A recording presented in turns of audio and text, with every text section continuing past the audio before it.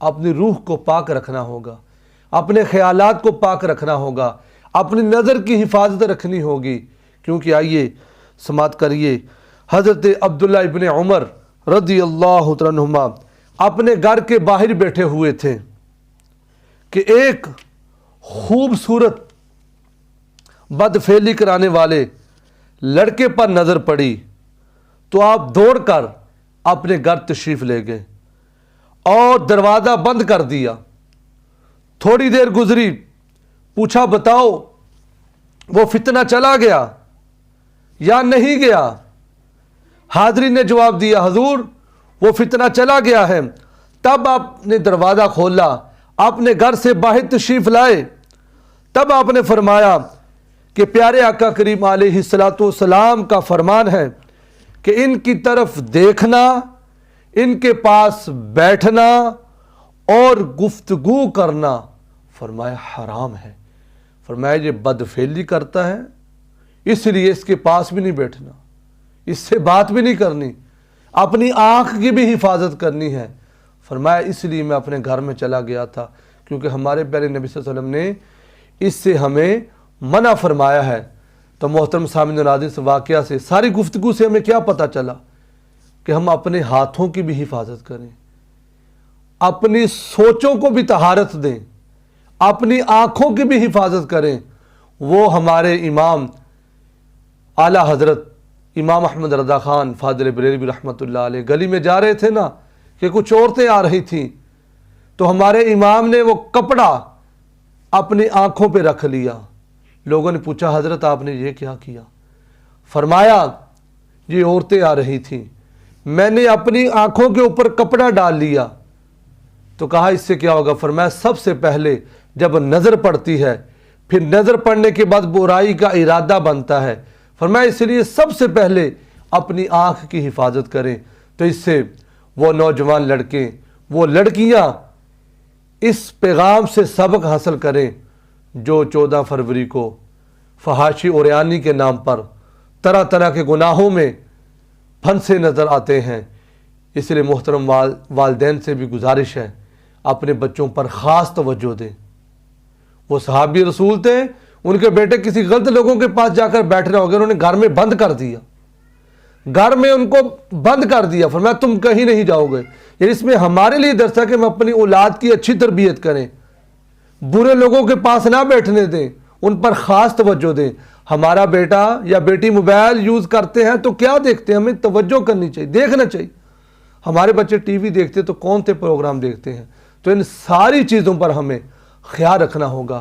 بہت نازک وقت ہے، اپنی اولاد کی اچھی تربیت کریں، ان کو دین پڑھائیں، قرآن پڑھائیں، خود بھی نماز پڑھیں، اولاد کی بھی تربیت کریں، توبہ استغفار کریں، درود پاک کی کثرت کریں، حضور کے پیارے پیارے فرامین پڑھ کر اپنے گھر والوں کو سنائیں، جس سے گھر میں برکت ہوگی، امن ہوگا، سکون ہوگا، اللہ بھی راضی ہوگا، اللہ کے محبوب بھی راضی ہوں گے۔ تو میرا محترم سامعین و ناظرین، آخر میں یہی پیغام ہے، خدا را یہ کفار کی سازش ہے، اس سے بچیے۔ مائیں بہنیں اپنے گھروں میں رہیں، بیٹیاں اپنے گھروں میں رہیں، با پردہ رہیں۔ جتنا وہ پردہ کرتی جائیں گی اللہ کے قریب ہوتی جائیں گی، جب وہ گھر سے باہر نکلیں گی شیطان کے قریب ہوتی جائیں گی۔ اس لیے تمام اسلامی بھائی، اسلامی بہنیں اس ساری گفتگو سے سبق حاصل کریں، فکر آخرت کریں۔ موت ایک دن آ جانی ہے، اچانک آ جانی ہے، کہیں ایسا نہ ہو ہمیں توبہ کی توفیق ہی نہ ملے۔